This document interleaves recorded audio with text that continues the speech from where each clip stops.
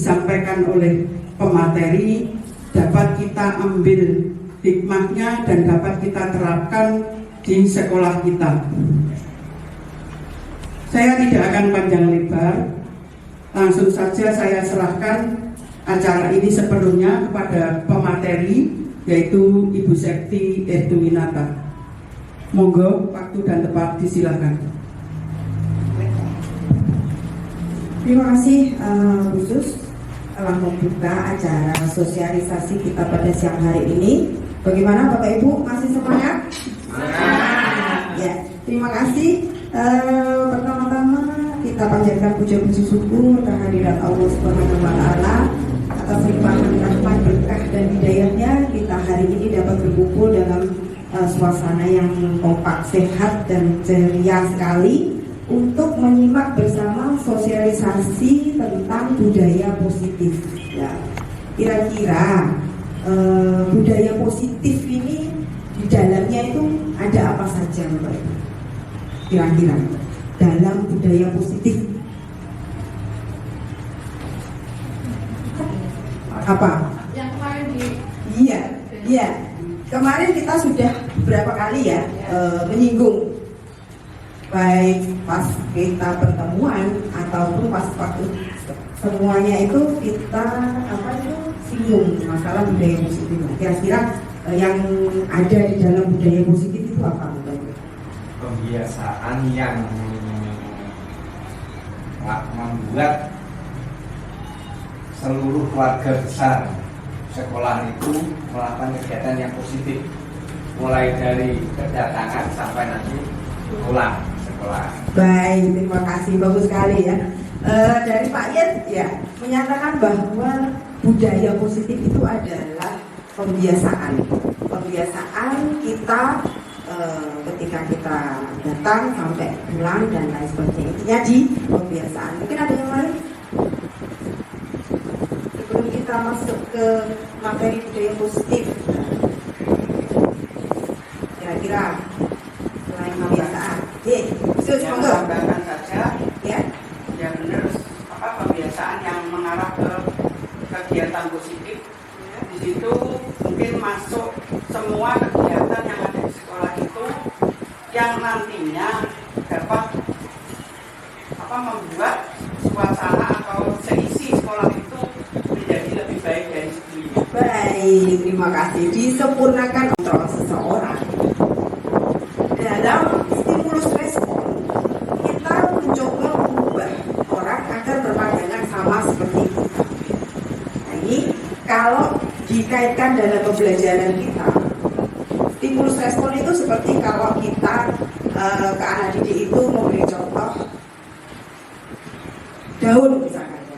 Daun itu warnanya apa anak-anak? Kita kan pasti mengirim anak supaya menjawab hijau kan seperti itu. Biasanya kan daun hijau. Kemudian bentuknya bagaimana anak-anak? Nah, seperti itu. Bentuknya ya bentuk daun. Kalau kita memberi contoh kan pasti yang pada umumnya terus diberi warna daun ya kalau untuk kelas dasar. Nah, dalam teori kontrol kita berusaha memahami pandangan lain tentang dunia. Jadi kita perlu tahu bahwa anak-anak itu punya pandangan sendiri. Jadi dia punya pengertian sendiri tentang daun. Kalau misalkan ada anak yang menjawab, daun warna daun apa? Dijawab merah, kemudian dijawab pink. Kira-kira bagaimana? Tidak apa-apa, iya. Memang ada sebetulnya, ya kan? Tetapi kondisinya kadang-kadang kan kita mengarahkan mesti selalu warnanya hijau, seperti itu. Nah, pada umumnya kan kita mesti mengarahkan ke hijau. Nah, ternyata dalam teori kontrol itu kita nggak bisa untuk mengontrol pikiran anak-anak, itu nggak bisa. Misalkan seperti ini, teori kontrol itu contohnya seperti ini. Ketika Bu Okta saya beri mandat misalkan, Bu Okta tolong saya kasih ini ya, benda suatu benda, tolong dijaga baik-baik. Dijaga baik-baik dalam genggaman Bu Okta. Kemudian ada salah satu dua orang itu yang memaksa Bu Okta memberikan imbalan, bahkan ada yang memaksa dan memberikan imbalan. Ayo terjemahkan, dirayu-rayu sedemikian rupa. Kira-kira Bu Okta akan membuka tangan itu apa tidak? Gimana Bu Okta? Jadi semuanya ya, kalau kita diberikan sesuatu yang berharga, disuruh untuk menggenggam tangan itu, kemudian salah satu temannya itu merayu sampai bisa. Kira-kira nih kita ini akan membuka tangan atau enggak? Pada umumnya kan tidak membuka, karena definisi menjaga benar-benar dipertahankan, jangan sampai ada orang yang menyentuh, melihat, Walaupun dirayu ya. Walaupun dirayu, walaupun dipaksa, berarti Pak Yed tetap mempertahankan. Ya, kalau Bu Okta gimana? Ya sama pada dasarnya, pada umumnya kita menjaga itu harus benar-benar oleh amanah gitu loh. Ya, ya. Terima kasih Pak Yed dan Ibu. Jadi dalam teori kontrol itu berarti yang punya kuasa penuh itu siapa? Kuasa atau diri kita sendiri, ya kan? Kita mau membuka atau tidak itu terserah diri kita sendiri. Iya.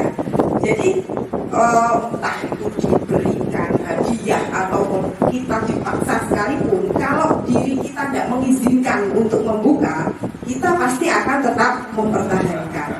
Nah, itulah namanya self controlling atau yang punya kuasa penuh, yang punya kontrol penuh atas diri kita, ya kita sendiri. Selama ini kan kita menganggap bahwa dalam mengkondisikan anak-anak peserta didik itu kan kita guru. Nah, dalam teori kontrol ini kita disuruh untuk apa ya? Mempelajari bahwa kita itu sama-sama punya kemerdekaan atas diri kita sendiri. Jadi anak itu mau melakukan itu ternyata bukan pengaruh kita. Jadi bukan karena instruksi dari kita, tetapi karena dia mau melakukan. Jadi dia mau melakukan, misalkan anak kita disuruh untuk misalkan apa ya, membereskan mainan, gitu ya, membereskan mainan sendiri. Nah, ketika anak itu melakukan, kita menganggap bahwa itu atas perintah kita atau instruksi kita. Nah, tetapi dalam teori kontrol menyatakan bahwa itu hak anak untuk melakukan sendiri. Jadi itu ya kontrol anak sendiri mau melakukan atau tidak. Nah, kadang-kadang kan kita temui juga di peserta didik kita ada yang mau dan ada yang tidak. Ya. Dengan berbagai tujuan, dengan berbagai alasan. Nah, kemudian yang kedua nih, perilaku buruk dilihat sebagai suatu kesalahan. Kalau dalam teori kontrol, semua perilaku itu memiliki tujuan. Nah, ini maksudnya seperti ini. Sama seperti misalkan peserta didik kita itu melakukan kesalahan, misalkan rame di kelas ataupun memukul temannya.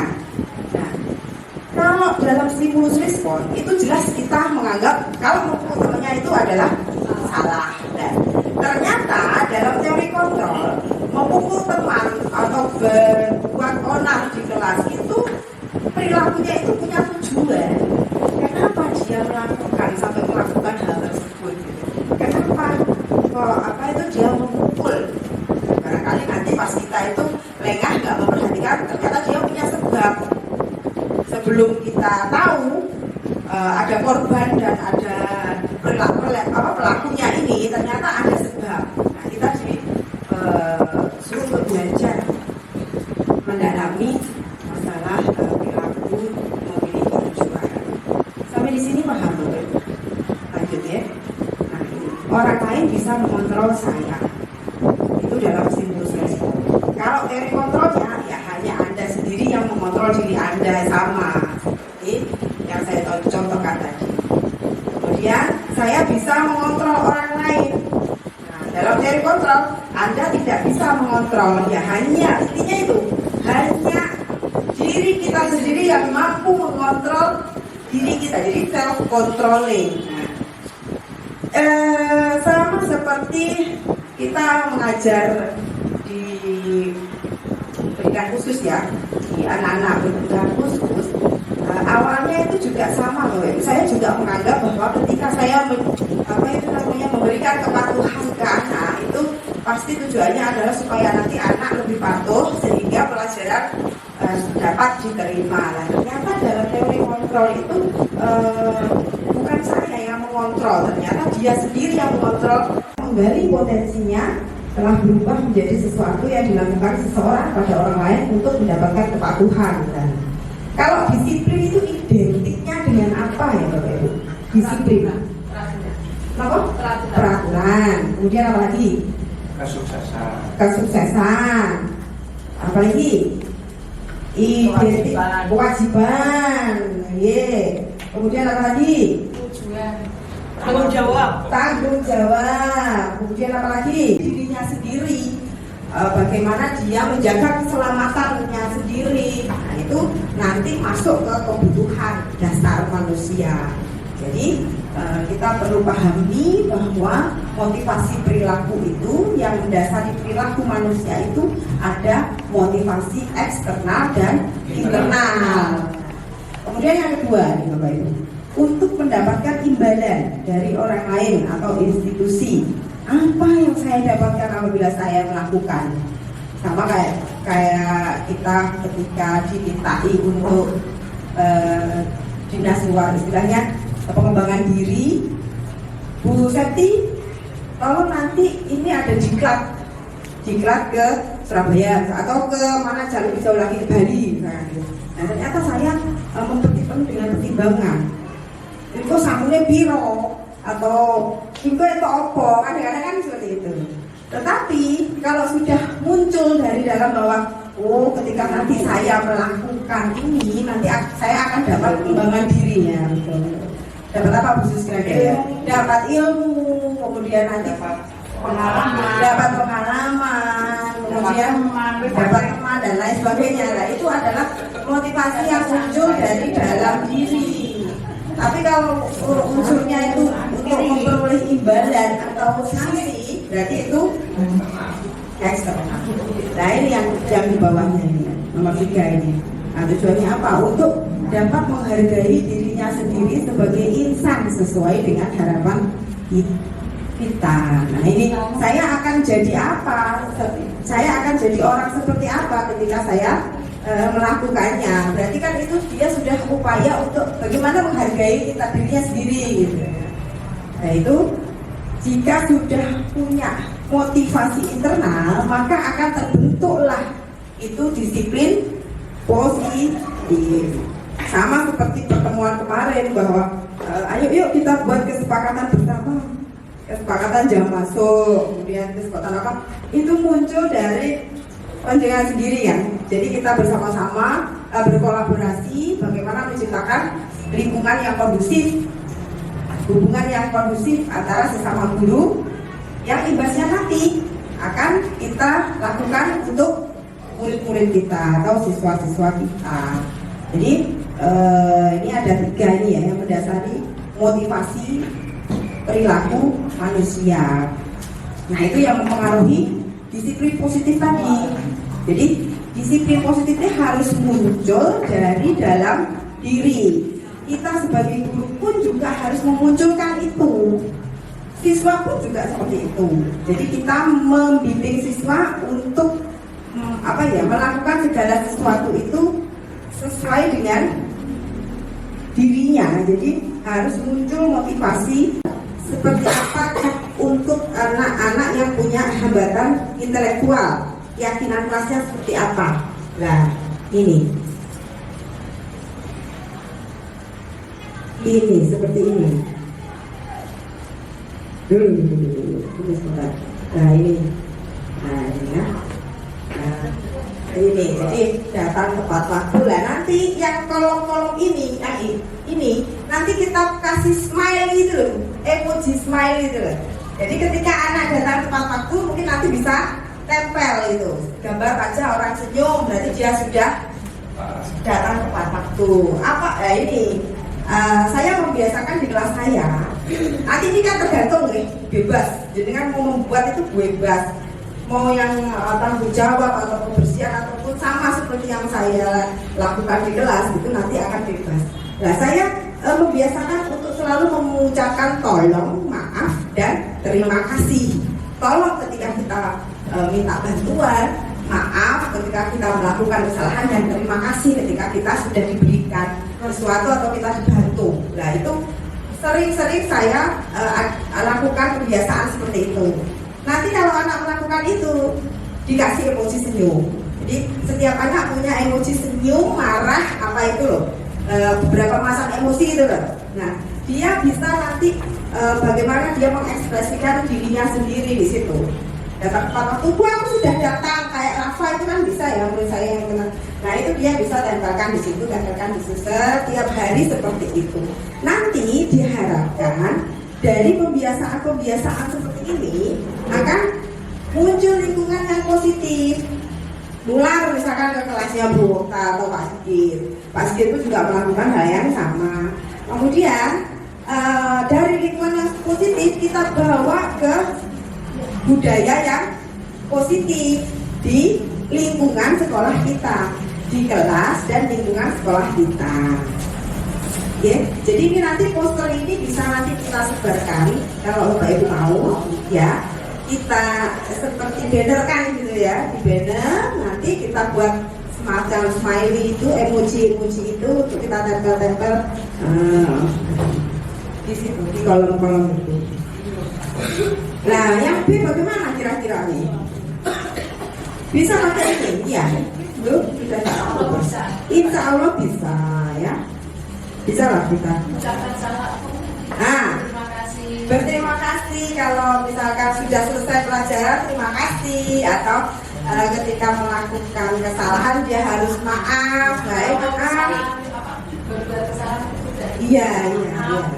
Ya itu balik lagi Bapak Ibu, karena kita namanya masih dasar ya, istilahnya anak-anak kita kan kemampuannya masih seperti itu, maka itu yang cocok ya itu. Kalau misalkan keadaan muridnya Pak Ian itu lebih tinggi lagi ya nanti ditambahkan lagi. Kira-kira kesepakatan positif apa yang keyakinan positif apa yang akan dilakukan di kelas.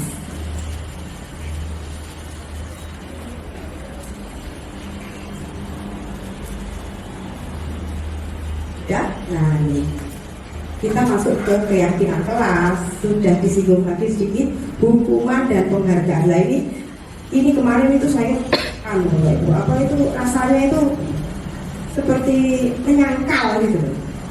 Jadi semua teori yang diberikan instruktur itu lama sekali masuk ke otak saya itu. Karena apa? Karena saya terapkan di anak-anak yang berkebutuhan khusus, di pendidikan khusus. Tetapi ketika saya berdamai dengan modul ini, akhirnya saya bisa memahami.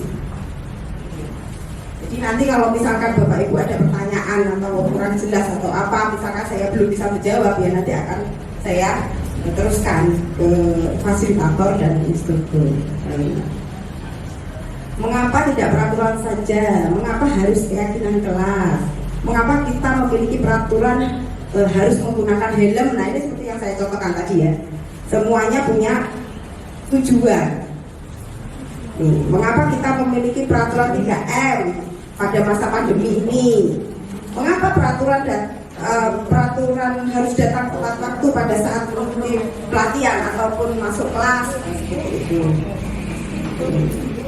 Nah, ini untuk mendukung motivasi internal atau intrinsik, ini kita kembali ke nilai-nilai keyakinan lebih menggerakkan seseorang dibandingkan mengikuti serangkaian peraturan-peraturan. Kita paham betul kita sebagai guru itu punya nilai, punya peran yang harus kita jalankan sehari-hari, kan? Gitu loh, Bu. Ya, kita punya nilai seperti apa yang akan kita tunjukkan. Jadi peran kita sebagai guru itu seperti apa? Nah, ini Bapak Ibu, ini adalah analisa ya. Mari kita menganalisa contoh-contoh peraturan yang di sebelah kanan ini, termasuk keyakinan kelas atau nilai kebajikan yang dituju itu seperti apa. Misalkan selalu kembalikan buku ke tempatnya. Nah, ini kan masih peraturan ya. Kita rubah ke keyakinan kelas. Keyakinan kelas itu sesuatu hal yang positif. Jadi kalimatnya itu harus positif. Tidak boleh memakai kata jangan. Misalkan ya jangan berantakan, kalau jangan menggunakan kata jangan. Kita harus pakai kalimat yang positif. Kira-kira selalu kembalikan buku ke tempatnya. Nah, ini keyakinan kelasnya apa? Ayo kembalikan buku. Ayo kembalikan buku. Marilah kita rapikan bukunya. Biar rapi. Berarti apa ya? Ajakan. Tanggung jawab. Ajakan. Tanggung jawab bisa. Ajakan yang positif. Ya, bisa. Tanggung jawab. Ya. Tanggung jawab. Kemudian dilarang mengganggu orang lain. Nah, ini apa ini? Keyakinan kelasnya apa? Kerukunan bisa. Apa? Dilarang mengganggu orang lain, kerukunan. Kemudian apa lagi? Keyakinan kelasnya. Kata-katanya kira-kira apa? Kata pakai apa? Saling menghormati itu masuk ya? Masuk. Jadi bisa seperti itu. Jadi hadir di sekolah 15 menit sebelum pembelajaran dimulai. Nah, ini termasuk apa, Bapak Ibu? Keyakinan kelas ke disiplin itu tadi, tanggung jawab. Dilarang melakukan kekerasan. Keyakinan kelasnya apa? Dilarang melakukan kekerasan, dilarang menggunakan narkoba. Nah, berarti itu apa itu? Keyakinan kelasnya. Bergantian atau menunggu giliran. Saya langsung saja. Nah, seperti itu ya. Ini contoh-contoh keyakinan kelasnya sama seperti jawaban Bapak Ibu tadi. Yang pertama itu bisa ke tanggung jawab. Terus yang kedua itu menghormati orang lain dan diri sendiri. Hadir di sekolah juga tanggung jawab, komitmen menghormati orang lain juga. Dilarang melakukan kekerasan itu adalah keselamatan. Menghormati orang lain juga masuk. Dilarang menggunakan narkoba itu lebih ke arah kesehatan. Nah, ini semua ini nanti akan mengarah ke kebutuhan dasar manusia. Jadi di eksplorasi awal konsep tadi kan kita juga akan belajar mengenai apa itu kebutuhan dasar manusia. Kita sudah melewati tadi perubahan paradigma stimulus respon ke teori kontrol, menjadikan disiplin, kemudian motivasi perilaku manusia. Kemudian kita diarahkan lagi ke keyakinan kelas bahwa kita harus punya keyakinan kelas seperti apa. Kita punya kelas impian seperti apa yang akan kita bangun nantinya. Seperti itu. Jadi kita harus membentuk ini untuk apa? Untuk disiplin positif yang akan kita lakukan bersama-sama. Nah, ini contoh nih. contoh ini termasuk hukuman atau konsekuensi ini. Tindakan guru kan biasanya, lumrahnya, biasanya kalau di contoh-contoh yang ada di sekolah reguler ya, kebetulan instruktur kemarin memberikan contoh-contoh untuk sekolah reguler, tidak banyak memberikan contoh-contoh yang untuk anak berkebutuhan khusus. Jadi saya nanti Pak sendiri ya, kita nanti mencatat 100 kali dalam buku kalimat saya nggak akan terlambat lagi, saya tidak akan terlambat. Kira-kira ini hukuman atau konsekuensi? Hukuman. Lari mengelilingi lapangan basket, lari mengelilingi lapangan 2 kali karena terlambat, hukuman apa konsekuensi? Hukuman. Murid diminta push up 15 kali karena nggak pakai masker, hukuman atau konsekuensi? Menggantikan kertas tugas teman yang telah dicoret-coret, konsekuensi. Membersihkan tumpahan di meja tulis karena kesenggol pas waktu belajar, konsekuensi. Kemudian meminta murid tidak mengenakan sepatu seharian karena tidak menggunakan sepatu hitam, hukuman. Ya, hukuman. Ya, seperti itu. Bapak Ibu sudah paham semuanya ya. Lanjut, kita lakukan jawaban-jawaban lagi. Sekarang apa nih perbedaan hukuman dan konsekuensi? Kalau dalam hukuman, sesuatu yang menyakitkan harus terjadi, identiknya mesti rasa sakit kalau hukuman itu, entah psikis maupun fisik. Nah kalau konsekuensinya itu sesuatunya memang harus terjadi. Jadi ya konsekuensinya apa kalau kamu berbuat seperti itu, ya itu yang harus terjadi. Ini membuat anak sakit, nah ini fisik maupun psikis dalam jangka waktu yang lama. Kadang-kadang janggut ya kalau ya kan, nggak ada ya kita ya pernah ya menjumpai ya seseorang atau anak didik kita itu kadang-kadang kalau lihat salah satu guru yang pernah menyakiti kita pasti punya rasa trauma, itu meninggalkan efek yang sangat lama sekali, sakit hatinya. Walaupun anak-anak berkebutuhan khusus ya dia punya hati ya. Membuat konsekuensinya bagaimana ini? Membuat anak merasa nggak nyaman dalam jangka waktu pendek. Jadi lebih baik itu kita memberikan hukuman apa konsekuensi? Memberi kesadaran konsekuensi Ya? perbuatan. Iya, memberikan kesadaran konsekuensi atas perbuatan yang dia lakukan. Anak akhirnya apa kalau dihukum terus saya? Iya, kadang-kadang malah kebal, gak akan diganti lagi. Dendam juga. Kalau di pendidikan khusus sudah nggak pernah lagi ya menggunakan hukuman. Tapi kalau misalkan gini nih, termasuk hukuman nggak? Kita ngomong sampai kelas 6 itu masih nggak Bapak Ibu menggunakan itu? Tidak itu masuk ancaman. Kalau ancaman gak nyaman itu masuk dalam ranahnya hukuman. Itu. Ini kalau boleh.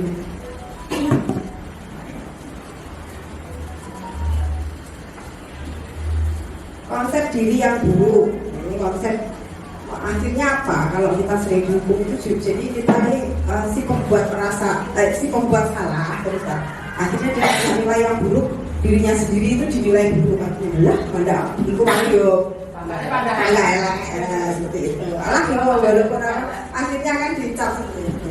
Nah, kalau kita kasih konsekuensi, nah ini konsep dirinya jadi lebih bangun. Anak belajar untuk menyembunyikan kesalahan. Nah, kalau dihukum, mesti anak akan istilahnya apa ya? Ngeles. Kalau sering diancam, anak didik kita sering diancam, akhirnya yang keluar adalah kebohongan. Gua kok udah alasannya wis mau macam-macam untuk menyembunyikan kesalahan dia, nggak akan ngaku kalau dia berbuat salah.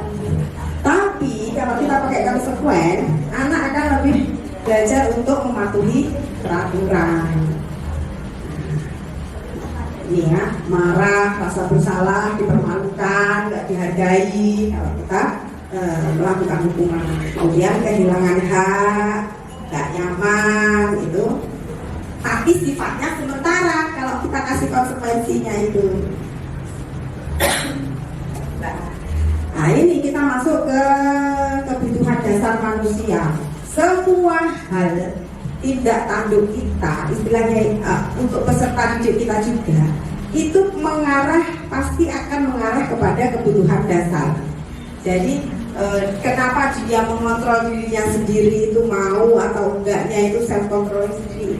Kemudian bagaimana motivasi internal itu bisa muncul, itu mengarah ke kebutuhan dasar manusia ini loh. Ada beberapa ini, ada cinta, kebutuhan cinta, kasih dan diterima, kemudian kebutuhan penguasaan, kemudian kebebasan, kemudian kesenangan, survival. Kalau cinta, kebutuhan cinta kasih atau diterima itu contohnya, ayo bantu saya untuk memberikan contoh kebutuhan dasar cinta kasih. Nah ini seperti apa kalau di anak-anak berkebutuhan khusus? Contohnya kebutuhan akan cinta dan kasih sayang. Contohnya apa, Bu Oka? Ya, Diperhatikan. kalau kita mengajarnya dengan cinta kasih sayang, pasti anak tahu, oh berarti Oka menanamkan, jadi dia itu respon pada saya, gitu, karena saya menunjukkan sayangnya sama dia. Perhatian. Ada yang bantu melengkapi jawaban Bu Oka? Iya, memang begitu. Pendapatnya dihargai. Ya, dia ingin pendapatnya dihargai. Itu apa itu namanya, selalu sering minta perhatian. Itu seperti muridnya Bu Am gitu. Siapa yang nyari Bu Am walaupun sudah kelas tinggi. Nah, itu itu contoh dari dia butuh akan rasa cinta dan kasih sayang. Kan ada dia butuh untuk diterima. Kenapa kok dia seperti itu? Berarti dia memang ada kebutuhannya, kebutuhan dasarnya apa itu dia punya. Kalau penguasaan misalkan seperti apa ini? Kebutuhan akan penguasaan misalkan seperti murid saya ya, murid saya si Rafa itu, Rafa dan Alisa itu verbalnya bagus walaupun punya kebutuhan ADHD, tapi dia verbalnya bagus. Dia bisa memimpin teman-temannya berdoa, kemudian dia bisa bernyanyi dan lain sebagainya. Ketika saya, ayo siapa yang memimpin doa? Saya ditulis itu. Ketika kita sudah sepakat itu, kita sudah yakini itu bahwa itu tanggung jawab, bahwa itu kita harus saling menghormati, bahwa itu berguna untuk keselamatan dan sebagainya. Kalau kita lakukan dengan motivasi intrinsik dari dalam, maka yang keluar adalah energi positif. Peserta didik kita pun juga akan menerima dengan positif. Sama seperti Bu kemarin itu contohnya saya kalau itu ya. Begitu masuk langsung disambut assalamualaikum. Tapi akhirnya kan juga ceria-ceria gitu ya. Sepele memang, tetapi ya itu dampaknya luar biasa. Tetapi itu perlu untuk dilakukan terus-menerus ya. Nah itu. Kita pahami Bapak Ibu, ada 5 posisi kontrol guru. Kita sebagai guru itu ada 5 posisi kontrol. Nah, satu itu sebagai penghukum. Nah, ini sebagai penghukum. Motivasinya ini identitas yang gagal. Guru berbuat menghardik, menunjuk-nunjuk, kemudian menyakiti. Kira-kira masih kita lakukan nggak nih? Kadang nggak ada. Tapi saya nggak munafik, saya sendiri sebelum juga masih melakukan kadang-kadang. Kadang-kadang maksud apalagi anak-anak kita itu adalah anak yang berhubungan khusus, macam-macam mulai dari hambatan intelektual, perilaku dan semacam tunarungu, hambatan pendengaran, penglihatan. Nah itu punya karakter macam-macam. Sehingga karakter yang macam-macam itu kadang-kadang efek ya dalam kita memberikan perlakuan itu. Jadi yang pertama itu dari dia sumpah, kalau gue bersumpah. Nah, ya hasilnya apa? Bentar. Ya itu tadi. Kita mau itu sesok nih balen nih, itu termasuk hukuman kota itu kita ngancam-ngancam itu. Kita memposisikan diri itu sebagai penghukum. Ayo, itu. Ini levelnya yang paling rendah sendiri ya. Jadi posisi kontrol guru yang paling rendah sekali ini adalah sebagai penghukum. Kalau bisa dihilangkan, kalau belum bisa ya dikurangi sedikit. Iya. Karena ini merupakan posisi penghukum. Saya ingat betul itu ketika ada pertanyaan kemarin, zaman dulu itu ya saya terlambat di kok sama penggaris panjang itu kan termasuk hukuman. Tetapi efeknya apa? Saya jadi lebih disiplin. Nah itu kenapa kok sekarang dalam 5 posisi kontrol ini diletakkan paling dasar? Padahal kadang-kadang hukuman itu perlu kita lakukan kan sebenarnya. Di Indonesia berubah. Iya. Geser. Pripor Pak. Kalau dulu itu guru melakukan sesuatu itu karena kasih sayangnya. Betul. Kalau sekarang itu karena emosinya. Iya. Jadi dulu Pinter-pinter ya Pak Ibu. Nah, iya kan? Kalau dulu kan betul. Dia berprofesi menjadi guru memang sudah dari hati. Dia memang sudah ingin menghasilkan jadi guru untuk menyalurkan Motivasi internalnya ada. Kalau Kan sekarang kembali Tanya kadang-kadang kan juga ada di guru di sana di sini bayarannya piro satu salah piro kan ada motivasi lain yang membuat itu ya tidak full dari hati sehingga kita kadang-kadang harus kemerungsung muncul lah itu Pak ya. Kalau kemerungsung atau apa efeknya akan tapi kalau sudah dari hati mau diapa mau dipisui kulite ini tuh ambatan mau ditendang mau diapa dicakar digerawut ya sudah itu memang ya konsekuensi kita. Salah sama Pak Sigit sudah sejak awal ini soal Gimana?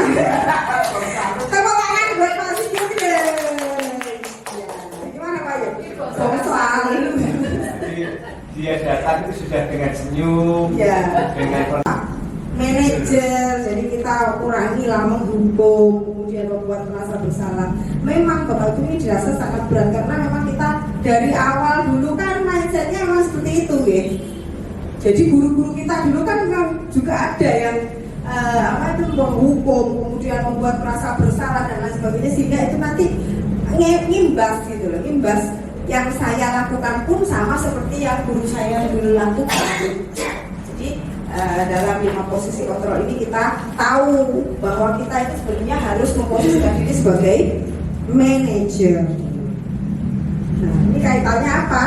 Kaitannya adalah restitusi. Apa itu restitusi? Menurut Gosen 2004, restitusi itu adalah proses menciptakan kondisi bagi murid untuk memperbaiki kesalahan mereka sehingga mereka bisa kembali lagi kepada kelompoknya dengan karakter yang lebih kuat. Jadi restitusi itu upaya untuk memperbaiki kesalahan. Kesalahan biasanya anak yang pernah berbuat salah biasanya kan kalau nggak dibully dijauhi dan lain sebagainya. Nah ini kita tuntun supaya dia bisa memperbaiki kesalahan dia sehingga dia bisa kembali ke kelompoknya lagi. Restitusi itu ada 9 ciri. Bukan untuk menebus kesalahan, tapi untuk belajar dari kesalahan. Kemudian dalam restitusi ini juga memperbaiki hukuman. Dalam restitusi ada tawaran-tawaran, jadi bukan paksaan. Kemudian restitusi menuntun untuk melihat ke dalam diri, mencari kebutuhan dasar yang mendasari tindakan seperti tadi, ya. Jadi setiap tindakan dari peserta didik yang muncul itu pasti didasari atas kebutuhannya. Dia butuh apa kok sampai seperti itu. Kadang-kadang kita sendiri juga susah ya untuk menganalisa butuh apa kok sampai seperti ini. Nah, restitusi ini dianggap adalah cara yang kita melakukan restitusi. Kita ada tiga hal yang harus kita lakukan, yaitu menstabilkan identitas, validasi tindakan yang salah, kemudian menanyakan keyakinan. Nah, dalam menstabilkan identitas kira-kira ada yang perlu ditanyakan atau disampaikan mungkin Bapak Ibu? Sudah nih? Oke.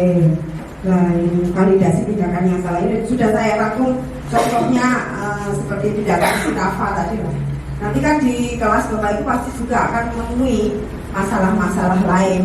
Seperti halnya kemarin itu siapa itu muridnya Bu Samsul dikejar-kejar sampai besi lah. Itu kan sebenarnya juga harus direstitusi tindakan seperti itu. Jadi tidak bisa dibiarkan saja. Kita harus merestitusi baik satria maupun ada. Kita bisa merestitusi itu. Bagaimana ya itu tadi kita stabilkan identitasnya, kita validasi dulu tindakan yang salah. Terus kemudian kita tanyakan keyakinan kelas. Kita tanyakan keyakinan kelas yang kita buat tadi. Nilai-nilai tadi. Jadi saling menghormati, saling menyayangi sesama teman, kemudian tanggung jawab itu keyakinan kelas. Nanti bersama-sama ya kita Bapak Ibu. Kalau memang jenengan nanti mau, nanti saya bantu untuk buatkan poster keyakinan kelas, nanti bisa dipasang di kelas. Jadi ini seru-seruan. Biasanya kalau anak-anak seperti dibuatkan itu akan senang. Nah, kalau mau nanti kita buatkan poster, nanti kita tempelkan di kelas-kelas untuk menumbuhkan budaya positif di lingkungan sekolah kita. Setuju? Kira-kira? Sudah selesai materi panjang lebar. Jadi ada macam-macam tadi ya eksplorasi kita hari ini. Ada perubahan stimulus, paradigma stimulus respon menjadi teori kontrol. Selama ini kita GR, padahal mereka punya kebebasan, kemerdekaan sendiri dalam menentukan pilihan sendiri. Bahwa kita beranggapan bahwa kita berhasil menaklukkan, kita berhasil memberikan kepatuhan. Padahal siswa sendiri yang punya, iya, kontrol diri itu siswa sendiri. Jadi saya pikir dulu juga seperti itu. Saya sudah memberikan kepatuhan untuk anak autis, khususnya untuk anak-anak ADHD. Ternyata anak-anak itu punya kontrol dirinya sendiri. Dia mau diperintah duduk, dia mau diperintah berdiri, itu dia punya kontrol atas dirinya sendiri, bukan karena stimulus atau respon yang kita berikan. Ya. Nah itu kemudian ada motivasi yang mendasari perilaku.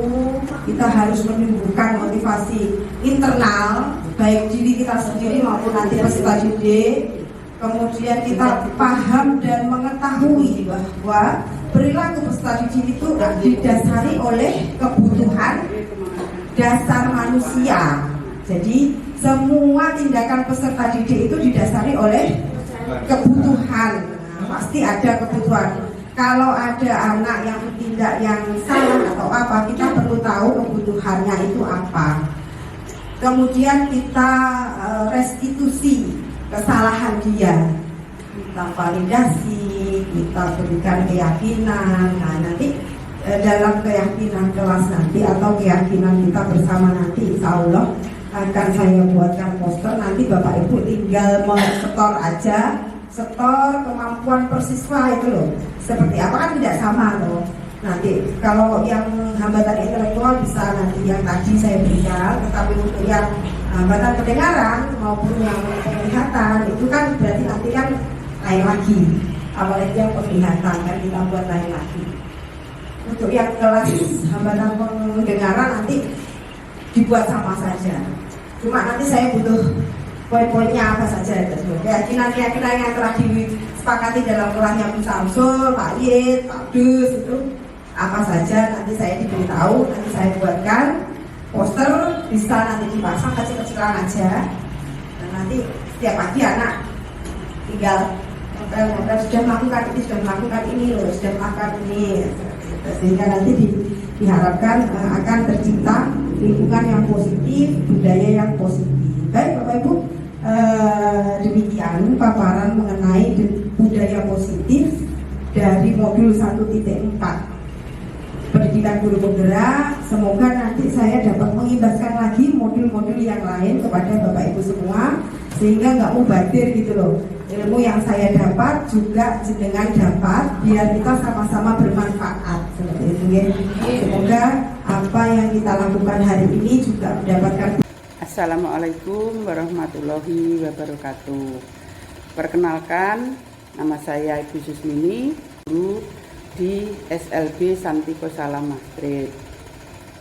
Saya juga mempunyai rekan kerja yang bernama Bu Septi Ertuwinata. Saya terutama dan teman-teman dapat penambahan ilmu dan pengalaman yang beliau dapat dari pelatihan sekolah penggerak, guru penggerak. Yang paling sering disampaikan atau diberikan contoh yaitu mengenai budaya positif. Di sekolah kami terus terang kami mengajar anak-anak yang berkebutuhan khusus. Jadi di sini sangat perlu dan sangat penting untuk mengenalkan pada anak-anak dan rekan-rekan guru untuk mengenal budaya positif. Dan di sini Bu Septi telah memberikan kami pengalaman dan contoh-contoh yang baik tentang budaya positif. Beliau juga seorang guru yang kreatif, inovatif, dan energik dalam segala hal. Untuk yang paling utama yaitu dia sangat ramah, sangat bersahabat sebagai guru dan sebagai teman-teman kami serta sebagai pendidik di sekolah kami. Itulah sepintas tentang profil atau pengalaman atau teman kerja kami dari Bu Septi Ertuwinata. Semoga beliau nanti kalau menjadi guru penggerak juga akan lebih lagi memberikan kepada kami pengalaman-pengalaman beliau yang telah didapat dari pelatihan dan lokakarya ataupun semacamnya. Demikian, terima kasih. Wassalamualaikum warahmatullahi wabarakatuh.